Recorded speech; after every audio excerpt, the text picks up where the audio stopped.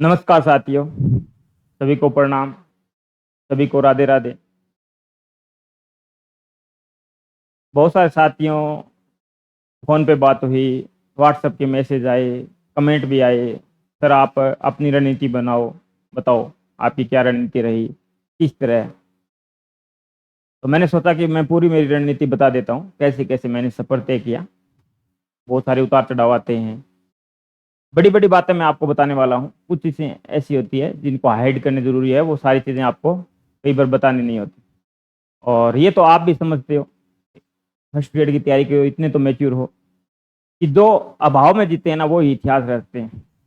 अब मेरा एक ही हमेशा सूत्र रहता है कि पेन को हाइड करो, खुशी को ज़ाहिर करो।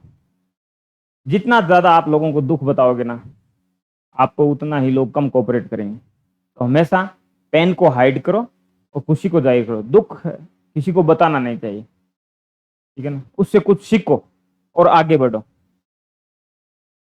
जो साथी दिल से मेरे साथ जुड़े हुए हैं, उन साथियों के लिए मैं रणनीति लेके आया हूँ। इसमें सारी चीज़ मैं क्लियर करने वाला हूँ।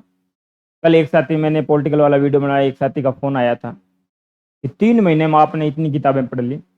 उन्होंने या तो मेरे को समझा नहीं और पीछे के मेरे वीडियो नहीं देखे कि आपको शर्म आनी चाहिए। किस-किस तरह के कमेंट कर देते हैं, पता नहीं कहाँ से आते हैं, कौन उनको बुलाता है, ठीक है ना? जो साथी दिल से मेरे साथ जुड़े हुए हैं, अभिव्यक्ति की आज़ादी है, मैं मेरी जो रणनीति है, वो शेयर कर रहा हूँ। आपको अच्छी लगे तो फॉलो कर लो, अच्छी नहीं लगे तो बाय-बाय कर दो। तो इसलिए मैं मेरे साथियों के लिए पूरी रणनीति लेके आया हूँ। आपको थंबनेल से पता लग गया है, कांस्टेबल से आरपीएससी टॉपर तक का सफर, संघर्ष से सफलता तक पूरी कहानी। मैं नहीं कर सकता, मेरे से नहीं होगा, वो एक बार इस वीडियो को पूरा ज़रूर देख लें। असंभव कुछ भी नहीं है। साथियों, जीवन में असंभव कुछ भी नहीं है। तो बहुत सारे साथियों के इससे बहुत कुछ सीखने को मिलेगा। मैं मेरी पूरी रणनीति बताऊँगा। तो अच्छे से वीडियो को ध्यान से सुनें। बहुत सारे साथियों का मोटिवेट भी होंगे। तो जो साथी ये सोचते हैं कि मैं नहीं कर सकता, तो उनके लिए एक मोटिवेशन का काम करेगा। तो ज़िंदगी में उतार-चढ़ाव आते हैं, रात के बाद दिन, दिन के बाद रात, ये ज़रूरी है। और ज़िंदगी उसी का नाम है जिसमें संघर्ष हो, ठीक है ना? जिसमें चैलेंजेज़ हो। तो चैलेंज जब नहीं आएँगे ना, तो भीतर पानी पानी पड़ा-पड़ा है ना, वो भी बदबू देने लग जाता है। और जब हवा चलती है ना, तो उसकी बदबू हट जाती है। तो संघर्ष ज़रूरी है। जीवन में चैलेंजेज़ आने चाहिए, जितने चैलेंज आएँगे उतने आप अपडेट होगे। अब हम वीडियो बना रहे हैं, नेगेटिव विचार भी आते हैं, कुछ रंजिश-वश भी कमेंट करते हैं और जो साथी हमें मोटिवेट करना चाहते हैं, कुछ साथी में व्हाट्सएप के उनको पता है कि व्हाट्सएप के मध्य कुछ गलती हुई है, नया-नया प्लेटफ़ॉर्म है, गलतियाँ होती है, तो गलती हो गई है तो हमें व्हाट्सएप पर सूचित कर देते हैं कि सर ये गलती थी, तो हम उसमें सुधार कर लेते हैं। ये तो है नहीं कि भई हम 100% आपको सही बताएँगे, हमसे तथ्य की भूल नहीं होती, भगवान तो हम हैं नहीं।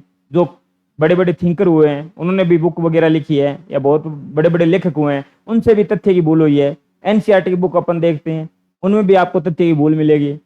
तो ये चीज़ें होती हैं। तो आपको एक बार देख लेना है कि मैं नहीं कर सकता, वो साथी मैं कहता हूँ जब मैं कर सकता हूँ, तो आप भी कर सकते हो। अब मैं मेरी पूरी कहानी बताने वाला हूँ। 2003-4 में स्टार्टिंग में शुरुआत करता हूँ। मिडिल फैमिली से मैं बिलॉन्ग करता हूँ।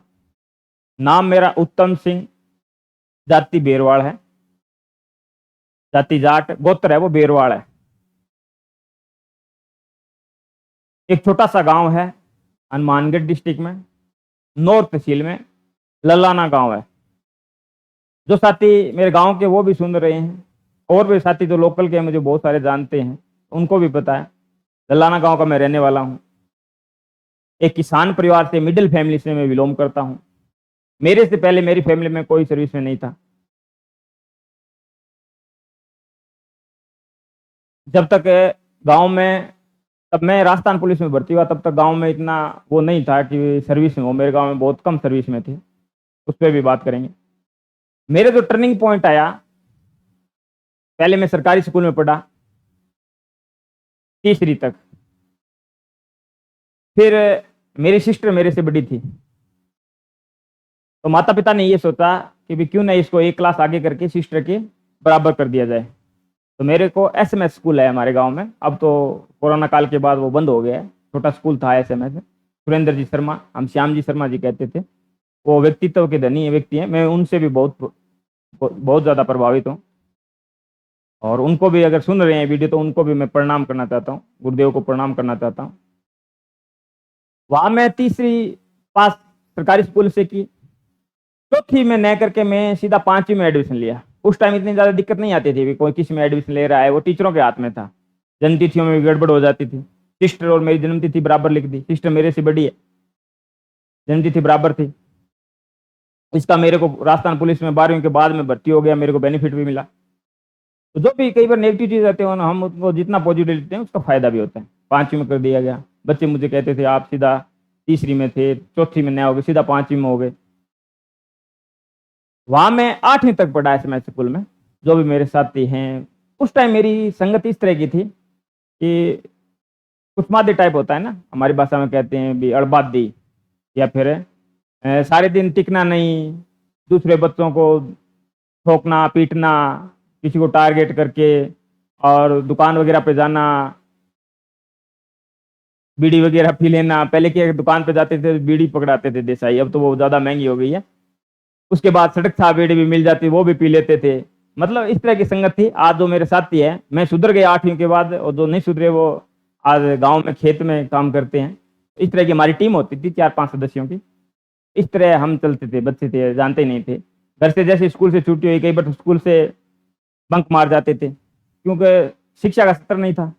पापा जी ने इतना ध्यान नहीं देते थे, माता जी को इतना पता नहीं चलता था, वो नए इतने ज़्यादा पढ़े लिखे हैं, पढ़े लिखे है ही नहीं।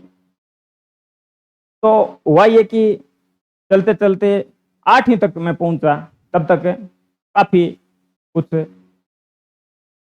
बहुत सारी गलतियां थी मेरे में, बहुत सारा मैं इस तरह का व्यवहार था, सिस्टम है इस तरह कि अपन सोच भी नहीं सकते। और वो लाइफ ऐसी होती है, उस वक्त हम अपन जानते भी नहीं है। न कोई ऐसे कोई सर्विस में घर में नहीं था तो कोई मार्गदर्शन करने वाला था।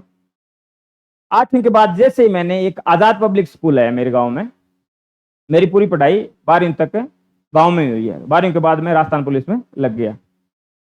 तो 9वीं में जैसे ही मैं आज़ाद पब्लिक स्कूल में एडमिशन लिया, कुछ दिन में गया तो वहाँ पे एक टीचर थे रवि शर्मा जी, जो वर्तमान में शायद फर्स्ट ग्रेड बन गए या मेरे को पता नहीं। वो इंग्लिश से 2nd ग्रेड टीचर है, मेरे गांव में ही पोस्टेड है। मेरे गांव में आज वो मेरे गांव में पोस्टेड है। पहले वो प्राइवेट स्कूल में पढ़ाते थे, आज़ाद पब्लिक स्कूल में। तो उन्होंने मेरे को एक बुक दी, साथ में एक डिक्शनरी दी इंग्लिश की, और एक बुक दी स्वेट मार्डन की। और वो बुक, तो पहले मैं एसएमएस स्कूल में पढ़ता था, उसमें एक राजेश जी नाम के टीचर थे, उनको देनी थी। आज वो राजेश जी टीचर है, वो रेलवे में है, टीटी पद पर कार्यरत है। राजेश जी भी सुन रहे हैं तो उनको भी ध्यान में आएगा। रवि सर सुन रहे हैं उनको भी ध्यान में आएगा। रवि सर ने बुक दी और राजेश सर को देनी थी, स्वेट मार्डन की। अब तो मैंने बाद में देखा स्वेट मार्डन की काफ़ी किताबें आती हैं, बहुत बढ़िया बढ़िया, जैसे शिव खेड़ा की जीत आपकी आती है, उस हिसाब से वो स्वेट मार्डन की किताब मैंने, बंक तो मारते ही थे, उस स्कूल में चले गए फिर भी बंक मारते थे, छुट्टी होने के बाद निकल जाते थे। और कुरा वगैरह जो अपन कहते हैं ना, पेड़ पे चढ़ना उतरना, पीछे दूसरा भागता है, इस तरह कुरा वगैरह कहते हैं हम, कुरा खेलना कहते हैं। तो वो खेलते सारे दिन। और शाम को जाके कमरे में जाके एक बार सोए 10-15 मिनट, सोकर घर पर आते ऐसे लगता था कि बच्चा कमरे में सो रहा था, वहां से आया है। रात को कोई जागरण वगैरह होता तो पूरी रात घूमते, कई बार पकड़ में भी आए घर वालों के, जाके चेक कर लिया कि गोगा मेडी पे है नहीं, बबूते सिद्ध का जागरण है वहाँ है नहीं, तो कुछ सजा भी मिलती थी। ये सारी चीजें होती है। तो स्वेट मार्डन की किताब मेरे जीवन में टर्निंग पॉइंट थी, वो मैंने पढ़ी, सूते सूते में पढ़ता रहता था। उसमें यह दिया हुआ था कि आप क्या नहीं कर सकते, असंभव कुछ भी नहीं है, आप बहुत कुछ कर सकते हो। मतलब उसमें इतना मोटिवेशन भरा हुआ था स्वेट मार्डन की बुक में। मैं वहीं से मोटिवेट हुआ कि हमें तो कुछ करना है। उसके बाद मैंने मेरी आदतें सारी चेंज की, बीड़ी सिगरेट वगैरह छोड़ दी। उसके बाद आज तक मैं बीड़ी सिगरेट वगैरह नहीं पीता हूँ। और मैंने नोट्स बनाने शुरू कर दिए, उसी दिन से मैंने नोट्स बनाने शुरू कर दिए। उस 2003 और 4 में मैंने जब 8वीं की, तब 2003 में वर्ल्ड कप भी था, तो मेरी क्रिकेट में हमेशा से रुचि रही है। तब मेरे पूरा वो याद है, सहवाग ने 80 रन बनाए थे। भारत फाइनल में ऑस्ट्रेलिया से हारा था और ये कहा था कि ऑस्ट्रेलिया के पहले खिलाड़ियों के बल्ले में जंप वगैरह वो है, इस तरह का इश्यू हुआ था। लेकिन वो मेरे टर्निंग पॉइंट हुआ। मैंने वहां से नोट्स बनाने शुरू कर दिए, ऑब्जेक्टिव टाइप पकड़ करनी शुरू कर दी भी। कोई भी बुक हाथ लगती मैं मेरे हिसाब से उसको लिखता जाता भी, ये फैक्ट है, ये ऐसे कॉन्सेप्ट है। तब इतना कॉन्सेप्ट फैक्ट नहीं जानते थे, लेकिन इस तरह से जो क्वेश्चन होते थे उस हिसाब से क्वेश्चन में नोट्स बनाना शुरू कर दिया। 11वीं के बाद जैसे ही मैं सीनियर स्कूल है, सरकारी स्कूल मेरे गांव में, वहां पे गया। वहां पे एक पीटीआई जी थे, रणवीर जी, हरियाणा से। ऑल इंडिया कई बार वो खेले हुए थे, तो हरियाणा के वैसे भी पहलवान होते हैं। तो मेरे टाइम से पहले उन्होंने, पोस्टिंग तो मेरे गांव में थी और उन्होंने डेपुटेशन करवा रखा था जसाना गांव। तो मेरे गांव में इतना ज्यादा पढ़ाई का माहौल नहीं था, तो वहां पे उन्होंने डेपुटेशन करा रखा था।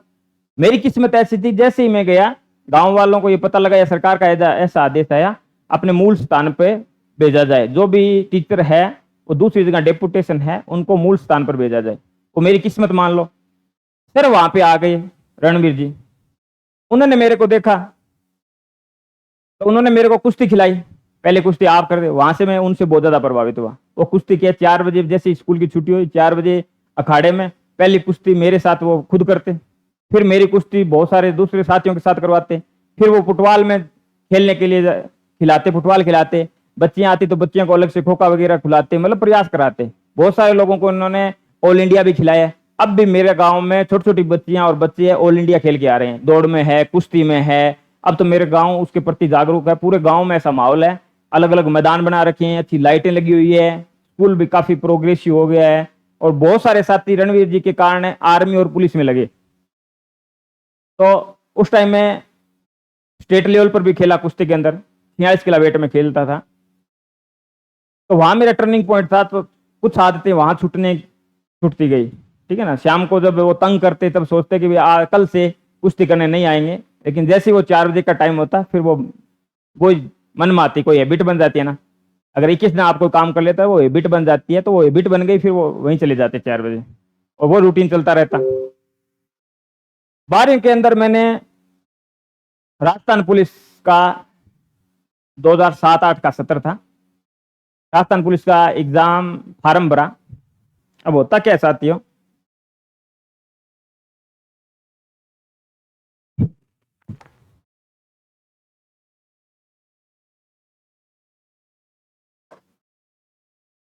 दो हजार सात आठ 2007-8 जब मैं 12वीं में था, तब मैंने राजस्थान पुलिस का कांस्टेबल का फॉर्म अप्लाई किया। मेरा स्कोर अच्छा था,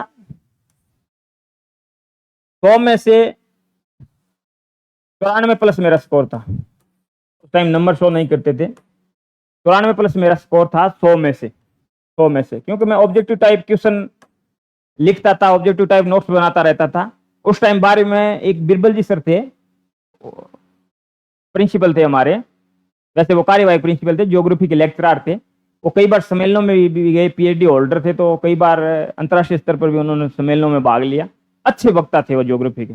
उन्होंने मेरे को देखा और उन्होंने कहा, कुश्ती तो वो मेरे डेली देखते ही थे, पीटीआई जी जब करते थे मेरे साथ, क्योंकि वो बस का उसका टाइम होता छुट्टी के बाद, तब तक वो हमारी कुश्ती देखते थे। उन्होंने देखा, उन्होंने कहा कि एक दिन आप बहुत कुछ बड़ा करने वाले हो। उस टाइम मैंने सोचा भी बड़ा क्या करने वाले हैं, अपन तो 1 नंबर के फितूल हैं, पढ़ाई में ध्यान देते नहीं है, तो ऐसा क्या बड़ा करने वाले हैं। आज जब मैं उनकी सोचता हूँ तो मैंने पता भी किया वो सर कहाँ है। पहले नौर रहते थे, पता किया तो रिटायरमेंट के बाद वो अपने मूल गांव चले गए हैं। तो अगर सर सुन रहे हैं तो उनको भी मेरा प्रणाम। तो जो जो वाक्य मेरे साथ हुए वो वाक्य मैं आपको बता रहा हूँ। उसमें हनुमानगढ़ में आप कई बार रोना रोते हो ना कि सीट कम आती है, ज्यादा आती है। अब गौर से सुनना क्या हुआ। उस टाइम में राजस्थान पुलिस में भर्ती आई थी, आल राजस्थान 1300 पद आए थे, आल राजस्थान। लोग क्या कहते हैं, जहाँ पे सीटें ज्यादा होती है ना, बाड़मेर भर दो, जैसलमेर भर दो, बीकानेर भर दो। मैंने कभी ऐसा नहीं सोचा कि मैं वहां भर दूं, वहां भर दूं। मैंने हनुमानगढ़ से फॉर्म अप्लाई किया और अच्छा स्कोर किया। उसमें जनरल की सीटें थी, 24 सीटें थी शायद जनरल की। जनरल में क्या होता है, 18 से 21 साल वाला आता है, और ओबीसी में अपन अप्लाई करते हैं तो ओबीसी में MA BEd धारी आते हैं, तो उसमें अपना बहुत कम चांस होता है उसमें सिलेक्शन हो।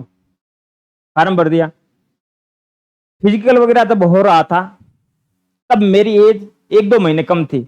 मेरी एज अगस्त में पूरी होने वाली थी। 1-2 महीने, 2-3 महीने मेरी एज कम थी, तो मेरे को रिजेक्ट कर दिया गया। और उस टाइम मैंने, मामा जी भी पुलिस में है, उस टाइम मामा जी मेरे को ले गए और जहां पे दौड़ करवाई जाती है उस रोड पे मैंने दौड़ की, खूब मेहनत की उस टाइम कि मेरे को पुलिस में लगना है। उससे पहले एक वाक्य आर्मी का हुआ। 11वीं क्लास में जब मैं था तब मैं आर्मी की भर्ती देखने गया। झुन्नू सती माता का जो मंदिर है वहां पे हमारी भर्ती हुई। दौड़ वगैरह क्लियर कर ली, बाद में आगे की प्रोसेस होनी थी। जैसे ही हम गांव आ रहे थे, कुछ दिन बाद गैप आता है, उसके बाद अलग अलग वो फेज में चलता है, एग्जाम होना, मेडिकल होना, इस तरह से चलता रहता है। जैसे हम गांव आ रहे थे, उस टाइम बच्चे थे, इतना पता नहीं होता है, तो जैसे हम आ रहे थे तो बहुत सारे साथी ने हुड़दंग वगैरह की, हिंसा वगैरह की, बस में शोर शराबा किया खूब। तो रोडवेज बस वालों ने उस टाइम पता नहीं कौन सी चौकी थी या थाना था, वहां पे वो रोडवेज को अंदर लेके गया। फिर पुलिस वाले आ गए, हम सबको नीचे उतारा। और उस टाइम एक अलग चलन था पुलिस में, अपन देखते हैं शाम को अपन जब जाते थे पुलिस वगैरह थानों वगैरह में जाए ना, आज तो क्या है, पढ़े लिखे बहुत सारे बच्चे पढ़े लिखे आते हैं, MA BEd होते हैं सब, बहुत सारे MA BEd मिल जाते हैं 95% तक। उस टाइम क्या, पैक सैक का ज्यादा इशू रहता था थानों में, शराब वगैरह का, तो उन्होंने पैक सैक ले रखा था।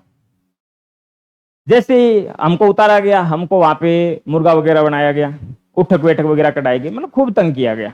उनके आदेशों पर ही, और बच्चे थे और वर्दी देख के वैसे ही उनके आदेशों पर, उस टाइम पुलिस की अलग इमेज थी। आज तो अलग अलग जागरूकता बढ़ी है, तो कुछ अलग अलग कम्युनिकेशन बढ़िया है, पुलिस और जनता के बीच में कम्युनिकेशन बढ़ गया है, ठीक है, बातचीत ज्यादा बढ़ गई है, चर्चा भी होती है आपस में। तो वहां से मैंने सोचा कि आर्मी में नहीं लगेंगे, राजस्थान पुलिस में लगेंगे। तब मैंने राजस्थान पुलिस का ये दिया, एज में मैं निकल गया। 2008 में फिर भर्ती आती है और राजस्थान 4400 पद थे। इसमें हनुमानगढ़ पद थे टोटल है, वो 93 पद थे। 93 पद हनुमानगढ़ में 93 पद थे, जिसमें जनरल के 24 पद थे। और आदमी सारे जनरल में 124 आदमी पास किए थे, 124 आदमी पास किए थे। इसमें बाद में सीट खाली रही थी, मेरे को एज में निकाल दिया गया था।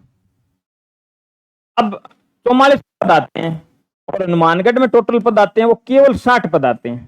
हनुमानगढ़ में वो साथी गौर से सुने जो कहते हैं, जो सीटों का रोना रोते रहते हैं कि सीट ज्यादा है वो आए, हनुमानगढ़ में केवल 60 सीट थे। 2008 की भर्ती, जो अगस्त की भर्ती है, आप देखोगे किसी से पूछोगे, बहुत सारे साथी उनके संपर्क में होंगे, तो केवल 60 पद थे। 60 में से 14 महिला थी। उसके अलावा जनरल, वैसे करके जनरल के 15-20 पद थे, 15 से 20 पद है।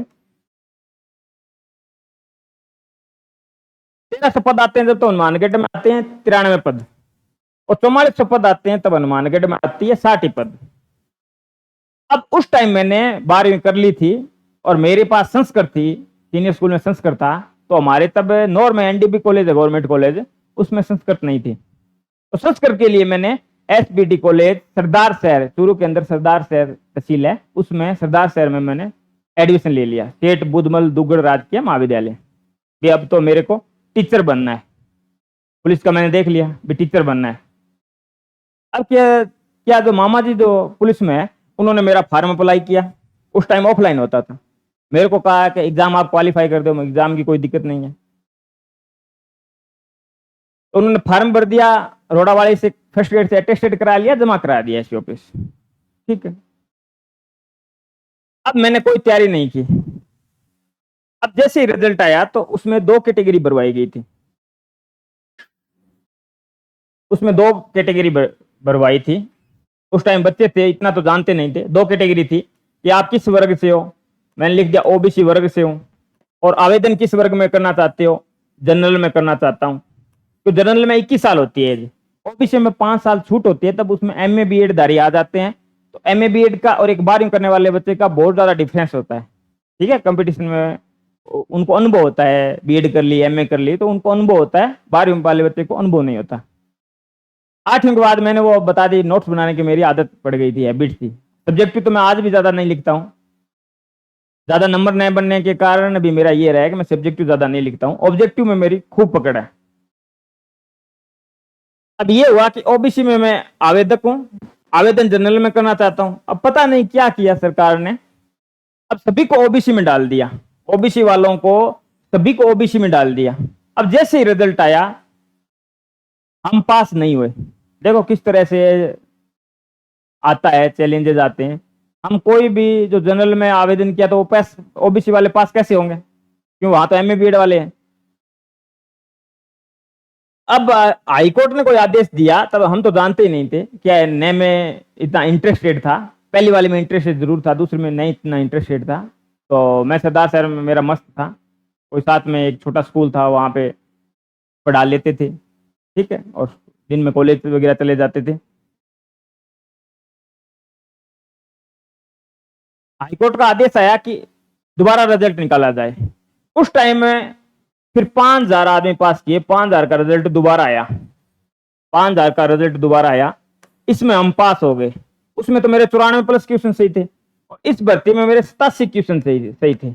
इसमें रीजनिंग में आया था, रीजनिंग में मैथ्स मेरे को नहीं आता। मैथ के सवाल आए थे रीजनिंग में कि गेहूं का इतना उत्पादन होता है, ये होता है तो कितना परसेंट आएगा, परसेंटेज वगैरह मैं कभी नहीं निकालता, मैथ में कभी नहीं निकालता। तो 87 नंबर मेरे, 87 क्वेश्चन मेरे सही थे, 100 में से 87 क्वेश्चन सही थे। 5,000 आदमी पास किए गए। पहले फिजिकल वगैरह हुआ, तो उस टाइम की दौड़ वगैरह कठिन होती थी। 2 किलोमीटर दौड़ होती थी 8 मिनट में। हनुमानगढ़ हमारी दौड़ हुई, दौड़ में काफी जो पहलवान थे वो निकल गए। आप आर्मी और पुलिस में देखोगे ना, जो शरीर से फिट है ना, जो बच्चे फिट हैं वो ही वो फिजिकल वगैरह क्वालिफाई कर पाते हैं। आप आर्मी में देख लो छोटे छोटे बच्चे लगते हैं, पुलिस में देख लो छोटे छोटे बच्चे लगते हैं। और हमारा बेंच तो उस टाइम ऐसा था, जो कोई तो बीएसटीसी कर रहा था, हमारा ही बेंच एक ऐसा था उसमें बीएड वाले कम थे बाद में, इस कारण से क्यों वो फिजिकल में निकल गए, एमए बीएड वाले। और फिर बाद में फिजिकल के बाद उसमें बॉल फेंकना था, कि वो क्रिकेट वाली लेदर वाली बॉल फेंकाई जाती थी। 55 मीटर थी वो, पहले 60 थी, उसको घटाया गया क्योंकि 60 तो कोई नहीं फेंक पाता था। तो वो 55 मीटर बॉल थी, बॉल में निकल गए। फिर 1 मिनट के अंदर 35 सीटअप थी, उस सीटअप में निकल गए। अब ऐसे करते करते फिजिकल में मेरे कोई दिक्कत नहीं थी, मैं खेल में खेला हुआ था, कई बार जिला खेला, स्टेट लेवल पर भी गया। पुलिस में भी मैं इंटर रेंज कई बार खेला हूँ कुश्ती के अंदर 55 केजी में। स्कूल में मैं 46 केजी में खेलता था, और इसमें मैं 55 केजी में खेलता था। पुलिस में कई बार इंटर रेंज खेला हुआ हूँ, जो मेरे साथी है पुलिस में वो जानते हैं। अब इसमें बाद में 8/8/2008 इधर तो बीजिंग ओलंपिक की शुरुआत हो रही थी, और इधर हमारा रिजल्ट आ रहा था। वहीं पे इंटरव्यू हो गया, पहले दिन फिजिकल हुआ, इंटरव्यू हुआ, और शाम को उसमें राजीव शर्मा जी आईजी साहब थे उस टाइम, हनुमानगढ़ के एसपी नवज्योति गोगोई थे, बहुत ही नाइस आदमी थे। और एक तीसरा आदमी आया हुआ था, वो कमांडेंट था, आनंद पाल जी थे, इस तरह से नाम था, अच्छे विद्वान थे। 10 नंबर का उस टाइम इंटरव्यू था। इंटरव्यू में मेरे को 5 नंबर दिए गए। पहले ये शो नहीं होता था, लेकिन उस टाइम शो हुआ, उसका भी मैं आपको कारण बताऊंगा। 8/8 को हमारा रिजल्ट आया। इंटरव्यू में हम 500 आदमी थे, वही नाम सुनाया गया, मेरा भी सिलेक्शन हो गया। लेकिन अचरज इस चीज का था कि जो बाद में जो सेकंड लिस्ट आई थी, ये 5,000 आदमी पास किए गए थे, सारे हम इस लिस्ट के थे, लगभग इस लिस्ट के व्यक्ति थे सारे। जो टॉपर था 1 नंबर पर है हमारी भर्ती में, टॉपर था पुरुषोत्तम बचार, मेरे पास ही गांव है करसंडी। तो सबसे पहली रैंक थी तो उसकी थी, ये सेकंड लिस्ट का था, हम भी सेकंड लिस्ट की थे, ठीक है। तो तब तक नंबर को हमें पता नहीं था। इंटरव्यू में मेरे से पूछा गया उस टाइम इतना, मेरे को जाते ही कहा कि संस्कृत में आपके नंबर बहुत हैं, बताओ मर्थकटे कम का रचयिता कौन है। तो उस टाइम मेरे ध्यान में था, ये नहीं था। एक कठिन सा ज्योग्राफी का क्वेश्चन पूछा, तो न्यूनतम 5 अंक थे, तो 5 अंक दिए थे मेरे को 10 में से। अब हुआ क्या, अब कितने फेज आते हैं आप देखो। अब क्या, ट्रेनिंग सेंटर खाली नहीं थे उस टाइम, आगे ट्रेनिंग चल रही थी। पहले एक बेंच निकला था, मैं बता रहा हूँ ना, मार्च में एक बेंच निकला था। 26 अगस्त को हमें पोस्टिंग दे दी गई। 26 अगस्त 2008 को हमें पोस्टिंग दे दी गई राजस्थान पुलिस में। पोस्टिंग के 6 माह तक, हम 9 माह तक हनुमानगढ़ रहे थे, ट्रेनिंग सेंटर खाली नहीं थे, तो जिले में हमारी ट्रेनिंग चल रही थी हनुमानगढ़। 6 माह बाद पता नहीं क्या हुआ, भर्ती में क्या फेज आया, और जिलों में तो नियुक्ति नहीं हुई थी तब तक। तो किसी में 30, किसी में 40 निकाले गए। हमारे तो व्यक्ति सारे 60 थे, टोटल महिला पुरुष SC ST करके सारे 60 व्यक्ति थे। 6 माह बाद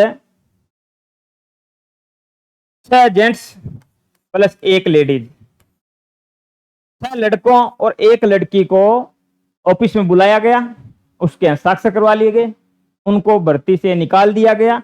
उसकी जगह 5 लड़कियां और 2 लड़के नए आए। अब इनमें से एक तो केलनिया गांव है, राजपाल नाई है, वो आज तक दोबारा भर्ती नहीं हुआ। एक सुरेंद्र जी शेखावत है राउत से, वो अब वन विभाग में लग गए बाद में। एक नवा का लड़का था, वो शायद राजसमंद लग गया। एक जो बच्ची थी वो हनुमानगढ़ में वापस भर्ती होगी अगली भर्ती में। एक हरियाणा का था मोहम्मदपुर का, वो दोबारा भर्ती नहीं हुआ। कई लंबे समय तक उनसे मेरी बात भी हुई। उन्होंने क्या वकील इस तरह का किया, नहीं तो 6 महीने के बाद नौकरी करने के बाद कोई निकाल नहीं सकता। और ये गलती उनकी नहीं थी, ये गलती करने वालों की थी, ओबीसी जनरल का वही चक्कर था। तो देखो कितने फेज आते हैं। 7 आदमी निकाले गए, 6 लड़के और 1 लड़की निकाले गई, 5 लड़कियां और 2 लड़के नए आए। ये जो 2008 में अगस्त में भर्ती हुए उन सबको पता है। तब हमारी मेरिट हाईकोर्ट के ये सारी मेरिट शो हो गई थी। तब हमें पता लगा कि इंटरव्यू में मेरे को 5 नंबर दिए गए हैं, पेपर में इतने नंबर थे। ठीक है, और वो तो की आने के बाद हम मिला लेते तो मोटा मोटा अंदाजा था भी इतने नंबर हैं।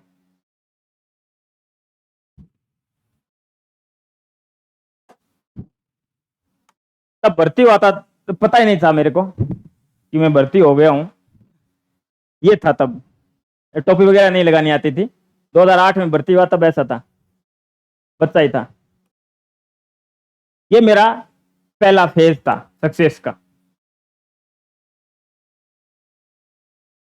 उसके बाद ट्रेनिंग वगैरह में गए, 1 साल मैंने किया हनुमानगढ़ रहा, तो मैं रेगुलर एग्जाम दे के आ गया सरदार शहर, क्यों अगस्त में वो चल गई थी, तो अगस्त में पोस्टिंग हुई, तब तक वो मेरा रजिस्ट्रेशन हो चुका था। तो मैंने रेगुलर के हिसाब से फर्स्ट ईयर एग्जाम दे दिए। सेकेंड ईयर के वहां रहा तो एग्जाम नहीं दे पाया। फिर आरपीए में हम गए, तब मेरे को ये था कि मेरे को कुछ आगे बढ़ना है और मेरे को टीचिंग लाइन में जाना है। पहले टीचिंग नहीं था, दूसरे था कि भी दूसरी लाइन में आगे बढ़ना है। तो मैं वहाँ पहले तो बहुत सारे साथी एब्सेंट वगैरह हुए, लेकिन जब आईजी साहब की एसपी साहब की पेशी हुई, रोहित जी वहाँ एसपी साहब थे, वो 4-5 दिन तक आमंद नहीं करते थे, तो एब्सेंट होने कम हो गए बच्चे। और मैं एब्सेंट हुआ, एक दिन आईजी साहब आ गए, उन्होंने कहा ये सूती वर्दी वाले कौन है, तो उन्होंने कहा ये एब्सेंट होते हैं।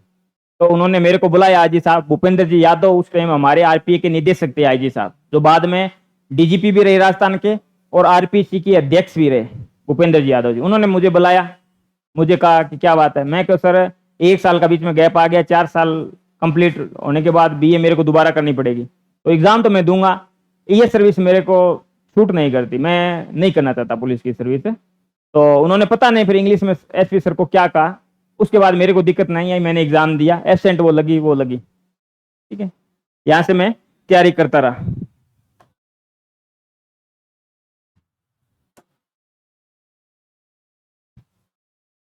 उसके बाद 2010 में मैंने सब इंस्पेक्टर की खूब तैयारी की, लेकिन 2010 में फिर मेरी शादी भी हो गई थी।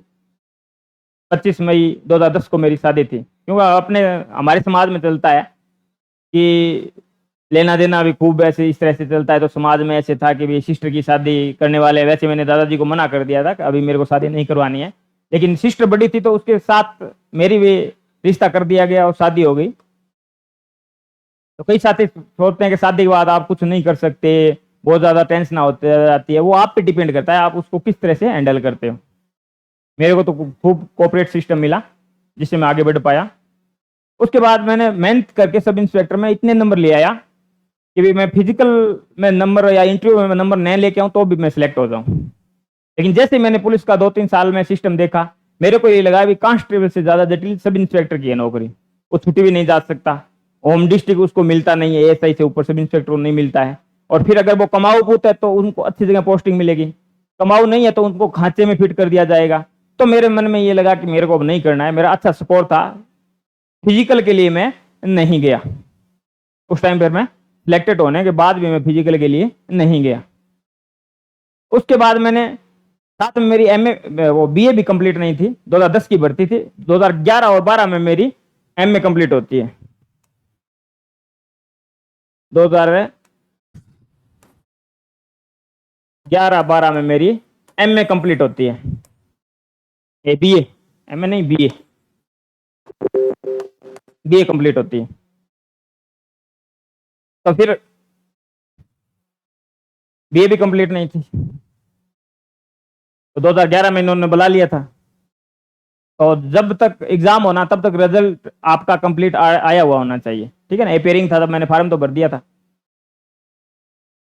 उसके बाद मैंने सीजीएल की तैयारी की, 1-2 बार सीजीएल की तैयारी की, 2 अटेम्प्ट दिए, प्री में क्वालिफाई कर लेता था। उसमें 4 सब्जेक्ट आते हैं, लेकिन जैसे ही मेन एग्जाम होता है उसमें मैथ और इंग्लिश केवल 2 ही सब्जेक्ट आते हैं, एक आता है मैथ और एक आता है इंग्लिश, 2 ही सब्जेक्ट आते हैं। अब गांव का बच्चा मैथ इंग्लिश इतना ज्यादा वो उसमें स्ट्रांग नहीं होती है उसकी मैथ और इंग्लिश, तो उसमें मैं नहीं कर पाया। फिर मैंने सोचा कि भी ये क्षेत्र अपने लिए नहीं है इस क्षेत्र में, क्योंकि जो सीजीएल लेवल की भर्ती होती है उसमें ग्रेजुएशन लेवल पर होती है ये सीजीएल। इसमें कस्टम विभाग inspector, income tax inspector, CBI sub inspector, नीचे चल के इनकम टैक्स में असिस्टेंट, यूडीसी तक आते इसकी पोस्ट आती है फिर बाद में, ठीक है ना, जैसे जैसे रैंक मिलती है उस हिसाब से। इसमें मैं सक्सेस नहीं हुआ, फिर मैंने रास्ता चेंज किया और 2013 में मैंने बीएड की, 2013 में मैंने बीएड की, हरियाणा से मैंने बीएड की, 2013 में मैंने बीएड कर ली। 2014 में साथियों मैंने एमए कर ली, एमए प्री कर ली पॉलिटिकल साइंस से, एमए प्री कर ली पॉलिटिकल साइंस से। और फिर मेरे एक साथी है जो पुलिस में है, अब नहीं है, अब वो फर्स्ट ग्रेड है हिंदी से, उनको देख के मैंने सोचा कि मैं हिंदी से तैयारी कर लूँ। उस तो मेरा ये डिसाइड नहीं था कि मेरा पॉलिटिकल है, या ये तो पहले तो सोचा ही नहीं था कि फर्स्ट ग्रेड बनना है नहीं बनना है। तो फिर मैंने ये सोचा कि हिंदी से मैं एडिशनल कर लेता हूँ। तो 2014-15 के सत्र में मैंने किया हिंदी से मैंने एडिशनल कर ली और कोटा यूनिवर्सिटी से मैंने एमए शुरू कर दी हिंदी से, ठीक है। अब मैं उस टाइम कंट्रोल रूम में था, एसपी साहब थे सत्यकविराज जी।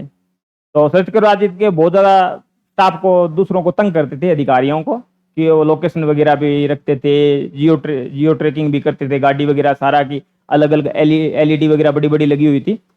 तो उससे अधिकारी थोड़े मेरे से नाराज हो गए। अब मेरे को तो एसपी साहब कहेंगे कि उस अधिकारी को फोन करो, तुम ऐसे बोलना है कि आपकी लोकेशन ऑन करो। अब वो अधिकारी कहते थे सामने से लोकेशन क्या ऑन करें, हमारा तो फोन ऑफ होने वाला है।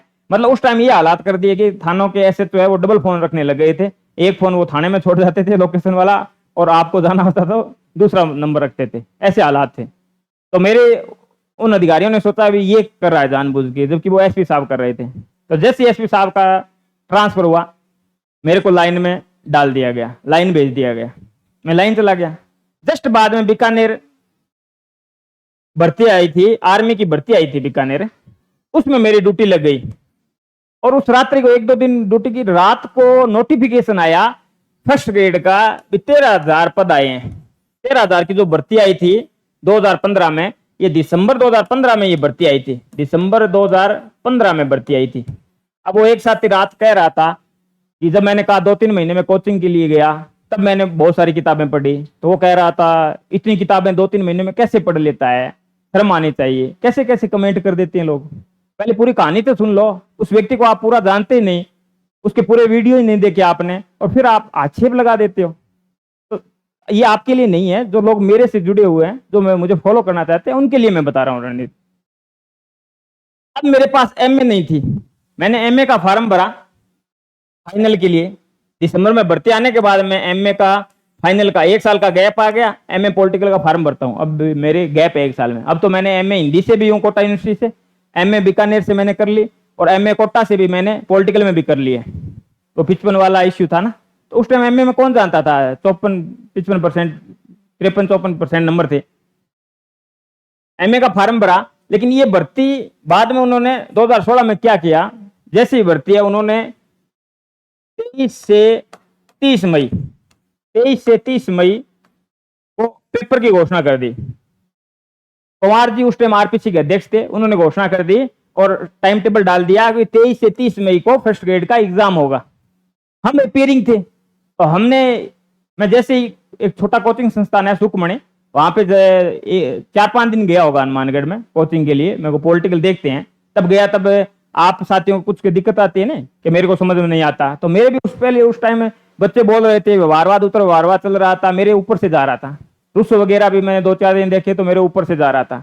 जैसे ये घोषणा हो गई, टीचर ने बोल दिया कि जो एमए कंप्लीट नहीं है, क्योंकि हमारी तो एमए अब फार्म भरा है तो जुलाई में कंप्लीट होगी, जुलाई में कंप्लीट होगी, तो हमारी एमए कंप्लीट नहीं थी,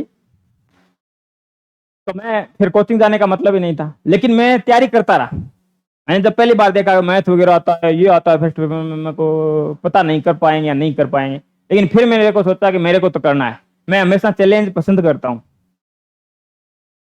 तो अब हम बाहर हो गए, लेकिन जैसे क्या हुआ, 20 एक दिन बचे, टाइम टेबल जारी था। 20 दिन पहले एमए वालों ने लंबा संघर्ष चला, एमए वालों ने कहा कि भी एपीयरिंग को आपने सम्मिलित किया। तो इसमें ये होता है जब आपका एग्जाम होना उससे पहले आपके पास डिग्री होनी चाहिए, मतलब रिजल्ट आपका आया हुआ आना चाहिए। हमारे पास रिजल्ट नहीं था, तो इसने 15 या 20 दिन पहले आगे अगस्त की या जुलाई की डेट दे दी, जुलाई में डेट दे दी। उससे पहले यूनिवर्सिटी को कह दिया गया कि आप रिजल्ट जारी कर दो, रिजल्ट भी जारी कर दिया गया। अब उस टाइम के 20-25 दिन, एक महीने तैयारी की। एक महीने तैयारी में भी मैंने अच्छा स्कोर किया, 325 प्लस स्कोर है मेरा। उस टाइम 329 के समथिंग मेरिट थी। उसमें क्या है, ये 329 के समथिंग ओबीसी की मेरिट थी, ओबीसी की। इसमें हुआ क्या, एक तो 19 क्वेश्चन डिलीट कर दिए गए 75 में से, 75 में से 19 क्वेश्चन डिलीट कर दिए गए। डिलीट कौन कौन से किए, भोगीलाल पांड्या का कर दिया, मुमुक्षु वाला कर दिया, मतलब राजस्थान जीके को पूरा ही डिलीट कर दिया गया। मुमुक्षु वगैरह आउट ऑफ सिलेबस करके डिलीट कर दिया गया। और पॉलिटिकल का इतना लो लेवल आया उस टाइम में, आप देखोगे तो मेरे उस टाइम में 270 के समथिंग नंबर थे।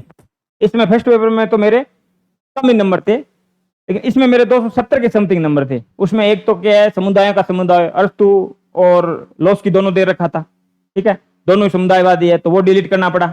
एक लोकतंत्र को निकृष्टतम शासन कौन कहता है, तो उसमें अरस्तु भी और प्लेटो दोनों दे रखा था, वो डिलीट करना पड़ा। एक साइकोलॉजी का अभिप्रेरणा से संबंधित था, वो डिलीट करना पड़ा। इस तरह के डिलीट नहीं करते तो नंबर 300 में से 290 के पास जाते, तो इतना लो लेवल आया था। उसमें हम फिर बाहर हो गए, ठीक है, एमए के बजाय से हम फिर बाहर हो गए। अब मैंने ये डिसाइड कर लिया, अब वाक्य क्या हुआ, अब मैंने ये डिसाइड किया कर लिया कि मेरे को तैयारी करनी, अब चाहे कुछ भी हो जाए। उस टाइम डेमोरलाइज भी हुआ और मैंने ये सोचा कि भी कुछ भी हो जाए, कितनी भी सीट आ जाए, मेरे को तैयारी फर्स्ट ग्रेड की करनी है। तब मेरे को पॉलिटिकल का इतना नॉलेज नहीं था। मेरे एक दोस्त थे, तब मेरी पोस्टिंग जिला प्रमुख के पास थी, जिला प्रमुख शोभा सिंह डी डूडी जी थे, उनके मैं गनमैन था, तो वहां पे मेरी पोस्टिंग थी। तो वहां पे पास में, कोठी के पास में ही उस टाइम हेडमास्टर थे, अब वर्तमान में वो प्रिंसिपल है, विनोद जी पूनिया जी। उनसे मैंने बात की तो उन्होंने पहले मेरे नोट्स वगैरह उन्होंने देखे थे, वो कोठी पे आ जाते थे, तो उन्होंने कहा आप आरएस आईएएस वगैरह की तैयारी करो। तो मैं सीजीएल की तैयारी करता था, उन्होंने नहीं कहा फिर। और मैंने थर्ड ग्रेड सेकंड ग्रेड की कभी तैयारी नहीं की, क्योंकि मैंने देख रखा था कि बाहर जाते हैं, जब देखता था छोटे छोटे स्कूल झुंपड़ी वगैरह इन बीकानेर साइड में, मैं देश नौक वगैरह जाता था, तो मैंने सोचा मैं होम डिस्ट्रिक्ट में नौकरी कर लूंगा, कांस्टेबल की होते हैं, लेकिन थर्ड ग्रेड सेकंड ग्रेड की मैं नहीं करूंगा। थर्ड ग्रेड सेकंड ग्रेड की मैंने कभी तैयारी नहीं की। अब उन्होंने मेरी मनोज जी शर्मा नाम, जो आज वर्तमान में वो भी प्रिंसिपल है, उनसे बात कराई। उस टाइम इंटरव्यू होता था फर्स्ट ग्रेड में। उन्होंने मेरे को पूछा कि आपका बेस कैसा है, मैंने कहा 0 है मेरा बेस। तो उन्होंने मेरे को पुखराज जैन की किताबें बताई, एक सिद्धांतों की बताई, आधार नाम से ऐसे करके है मेरे पास है, मैंने फड़िया जी की बताई। उस टाइम यही चलता था, तो उन किताबों को मैंने बार बार पढ़ा, उत्तर व्यवहारवाद, व्यवहारवाद, मतलब मेरा बेस इतना ज्यादा मजबूत हो गया, बार बार पढ़ा। फिर मैं बेनीवाल जी के संपर्क में आया। बेनीवाल जी ने फोन से मेरी बात हुई तो उन्होंने कहा आप ओपी घाबा को पढ़ लो। ओपी घाबा को मैंने देखा तो वो मेरे को और ज्यादा फिर अड़ लगी, लेकिन मैं सिर दर्द करने लग जाता, कंट्रोल रूम जाता, उसके बाद आता और पढ़ता रहता। उसके बाद मेरी पोस्टिंग हुई नौर, अभिषेक जी मटोरिया एमएलए नौर से उस टाइम थे, 2018 तक रहे, 2 बार लगातार एमएलए रहे, उनके पास मेरी पोस्टिंग थी। तो वहां मैं तैयारी करता था। तो ऐसे विधायक जी ने एक दिन कहा कि भी रात को जब आ रहे थे तो मैं क्वार्टर में वहां जयपुर तैयारी कर रहा था, तो बड़ी सी बुक खोल रखी थी। तो विधायक जी ने कहा ये क्या पढ़ रहे हो, मैंने सोचा मैं तैयारी कर रहा हूँ फर्स्ट ग्रेड की। तो दूसरे दिन जब गाड़ी में बैठे हुए थे तब हमारी ये बातचीत चल रही थी, तो उन्होंने कहा उत्तम अगर तैयारी कर रहे हो ना तो कैसे करो, तो अगर टॉप 10 में आओ जब तो बात करो, नहीं तो फिर तैयारी करने का कोई ज्यादा मतलब नहीं है। तो मैंने कहा कि सर ठीक है टॉप 10 में ही आएंगे। पीए थे श्रवण जी शर्मा, उन्होंने भी मुझे खूब कोऑपरेट किया। तब उन्होंने विधायक जी ने उन्हें कहा कि भी उत्तम है, टॉप 10 में आएगा। कुछ दिन बाद विधायक जी ने कहा भी टॉप 10 नहीं, रैंक तो 3 ही होती है, फर्स्ट सेकंड थर्ड, रैंक तो 3 ही होती है, 3 रैंकों को लोग जानते हैं, मैं कि टॉप 3 में आएंगे। इस तरह करके जिद करते गए। उस टाइम क्या हो जाता था, मैंने पीए साहब को बोल दिया था, शर्मा जी शर्मा जी बड़े भाई की तरह आज भी वो मेरे, तो मैंने उनको बोल दिया कि अभी लोकल में आप जाओगे एमएलए साहब के साथ, और जब बाहर जाएंगे चंडीगढ़ जयपुर जहां भी जाएंगे तो बाहर मैं चले जाऊंगा। अब बहुत सारे साथी कहते हैं आपने कैसे टाइम निकाला। मैं जब भी विधायक जी सचिवालय जाते तो सचिवालय छोड़ आता, विधानसभा जाते विधानसभा छोड़ आता, बाहर चले जाते तो बाहर चले जाते तो मैं पीछे से अपनी तैयारी जारी रखता, जहां भी मेरे को टाइम मिलता। जहां भी सीएम के प्रोग्राम में जाना होता तो उनको मंत्री वगैरह दूसरी गाड़ी में चढ़ा देते कि सर आप वहां चले जाओ, हम कमरे पे चले जाते हैं, तो हम कमरे पे चले जाते वहां तैयारी करता। इस तरह से आपको अगर अंदर करने की आपकी जिज्ञासा है तो आप कुछ भी कर सकते हो। ये हुआ सिस्टम वाक्य। बाद में बेनीवाल सर जी एक बार राउत सर आए थे, उन्होंने मेरे को कहा कि उत्तम जी कहाँ हो, तो मैंने कहा मैं एमएलए साहब की कोठी हूँ। तो उन्होंने कहा एमएलए साहब की कोठी के बाहर हम खड़े हैं। तब मैंने बाहर जाके देखा वहां नहीं थे, तो मैंने कहा कौन से एमएलए के पास हो। तब वहां राउत सर में 2 एमएलए थे, एक जो पीले बंगा से द्रौपदी जी वो भी राउत सर रहती है, और मटोरिया जी भी राउत सर रहते हैं, नॉर्थ से एमएलए थे, वो पीले बंगा से थी, तो वो वहां आए हुए थे। तब मैं वहां गया, फिर उनको कोठी पे लेके आ गया। जब हमारा परिचय हुआ, बातचीत हुई, एक जो 16वीं रैंक थी उनके साथ उस टाइम राम प्रताप जी से आ गए, तो वो भी वहां आ गए, हमारी बातचीत हुई। तो तब हमारी बातचीत हो गई, उन्होंने देखा भी स्कोर अच्छा किया है तो ये कुछ करने वाला है। तो जब बाद में मैंने कहा कि मैं कोचिंग आज तक नहीं की है, फिर मैंने एक बार सोचा था मैं उत्कर्ष में चला जाऊं पॉलिटिकल के लिए। तब मैंने सर से बात की उत्कर्ष में चला जाऊं क्या। तब सर ने मेरे को कहा कि उत्कर्ष में नहीं जाना है, आप एक बार 1.5-2 महीने जितना भी आपको पुलिस में टाइम निकाल सकते हो तो आप आ जाओ। तब मैंने मटोरिया जी से बात की एमएलए साहब से, तो उन्होंने कहा तो चुनाव सिर पे आ गए हैं और काम कौन देखेगा, काम का वर्कलोड होता है, सीएम का प्रोग्राम भी है। तो मैंने कहा जैसे ही सीएम का प्रोग्राम होगा मैं आ जाऊंगा। तो मैं उन्होंने अनुमति दे दी फिर मेरे को, फिर मैं चला गया गंगानगर। 2 या 1.5-2 महीने या 3 महीना जो मैंने तैयारी की वहां पे, अच्छे से मन लगा के तैयारी की। जो मेरे साथी हैं मेरे साथ पढ़ते थे उनको पता है पहले मेरा क्या लेवल था, और जब मैं वहां से आया तो मैं प्रथम में ही आता था वहां पे। तो सब साथियों को पता है, एक अजमेर से मेरे साथी थे उनको मेरे सारी हिस्ट्री का पता है, दूसरे लेगा जी थे 29वीं रैंक आई, और प्रमोद जी थे उनकी अच्छी रैंक आई, विशाल जी मेरे साथ था उनकी 16वीं रैंक आई। तो ये हमारा ग्रुप था। इस तरह से फिर ये इस मुकाम तक मैं पहुंचा। तो इसमें बहुत सारे चैलेंजेस आए, बहुत सारे दुख ऐसे हैं जो आपको बता नहीं सकते ओपनली। तो जो साथी मेरे को फॉलो करना चाहते हैं उनके लिए मैंने ये वीडियो बनाया है। अब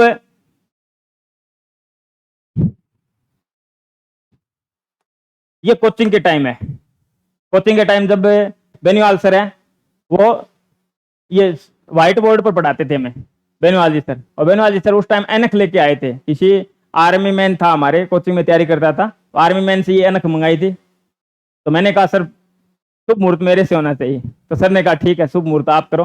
तो ये हमारी कोचिंग की है। जब कोचिंग में हम थे ना तो वहाँ व्हाइट बोर्ड से सर पढ़ाते थे, व्हाइट बोर्ड से पढ़ाते थे। तब की हमारी ये फोटो है गुरु चेले की, ठीक है ना, बड़ा भाई छोटा भाई, सर भी है गुरु भी है, और एक जो माता पिता कर्तव्य निभाते हैं वो भी इन्होंने मेरे साथ निभाया है, आज भी निभा रहे हैं। तो ये हमारा है गुरु चेले का प्यार। ये है मेरी मार्कशीट। जन्मतिथि आईडी इसलिए कर दी गई है, बहुत सारी गोपनीय चीज है वो जन्मतिथि से निकाली जा सकती है, इसलिए जन्मतिथि थोड़ी हाइड कर दी गई है कि भी किसी को दिखाई नहीं दे। इसके आधार पर आप कुछ भी निकाल सकते हो जन्मतिथि के आधार पर, ठीक है ना। तो इस इश्यू से मैंने ये हाइड किया और कोई कारण नहीं है। ये मेरी मार्कशीट है, इसमें आप नंबर देखोगे तो मेरे फर्स्ट पेपर में 95 नंबर आए हैं। ये टेलीग्राम पे भी मैंने डाल दिया है। कोई भी चीज जो साथी मेरे को ईमानदारी से फॉलो करना चाहता है, मैंने टेलीग्राम पर सारी चीज डाल दी है, मैं कोई चीज छुपाता नहीं हूँ, ठीक है। जो कहना है वो स्पष्ट ही कहता हूँ। मेरे 94 नंबर आए थे और 192.41, ये मैं ऑल राजस्थान टॉपर था। पॉलिटिकल के अंदर मैं ऑल राजस्थान टॉपर था। पॉलिटिकल में मैं ऑल राजस्थान टॉपर था इसमें। और फर्स्ट पेपर में जो टॉपर था, फर्स्ट रैंक थी खिंदाराम जी की, उनके थे 113 नंबर, और प्रमोद था सेकंड रैंक, उनके थे फर्स्ट पेपर में 114-15 नंबर, और पॉलिटिकल में खिंदाराम जी के थे 182 नंबर, और प्रमोद जी के नंबर थे 176 पॉलिटिकल में। और आज प्रमोद जी खिंदाराम जी भी इंटरव्यू में 8 नंबर दिए गए पोले इलेक्ट्रार में, और मेरे को भी पॉलिटिक्स 7 नंबर दिए गए इंटरव्यू में, कॉलेज लेक्चरर मेरे को 7 नंबर दिए गए, और प्रमोद जी को शायद 14 नंबर दिए गए इंटरव्यू में। प्रमोद जी के 10वीं रैंक है, प्रमोद जी के कॉलेज लेक्चरर में 10वीं रैंक है। प्रमोद जी बुकर है, वो मेरी बेंच के हैं, फर्स्ट ग्रेड है। अब कॉलेज लेक्चरर में उनकी 10वीं रैंक है। उनके अलावा टॉप 10 में जो भी बच्चे थे इंटरव्यू में, किसी को 5 दिए गए, किसी को 7 दिए गए, किसी को 8 दिए गए, बाहर कर दिया गया। मेरे इंटरव्यू में बाबूलाल कटारा जी थे, उन्होंने ज्यादा कुछ पूछा नहीं, मेरा परिचय पूछा, टॉपिक कौन सा तैयार किया, उन्होंने कहा, मैंने कहा रॉबर्ट नोजिक, तो उन्होंने कहा रॉबर्ट नोजिक पढ़ाओ। मैंने 2-4 मिनट पढ़ाया कि ठीक है ओके, आके बैठ के फिर 2 मिनट 3 मिनट बात और की, फिर कहा ओके, इतना ही वो टाइम ले रहे थे। तो ये मेरा स्कोर है, ये मेरी रणनीति है। अब जो साथी कहते हैं कि मैं नहीं कर सकता, मेरे को टाइम नहीं मिलता, वो इसको सुन ले। अब बार बार आपके आ रहे थे कि सर आपने रणनीति बताओ, तो मैंने सारा आपको खोल के रख दिया, सारी चीजें आपको बता दी है दोस्तों। और अब जल्दी मैं एक रणनीति पे वीडियो लेके आना पड़ूंगा, किसकी तैयारी करनी चाहिए, किसकी नहीं करनी चाहिए, क्या आपका शेड्यूल रहना चाहिए, उस पर जल्दी मेरा एक वीडियो आने वाला है। तो जय हिंद, जय भारत दोस्तों।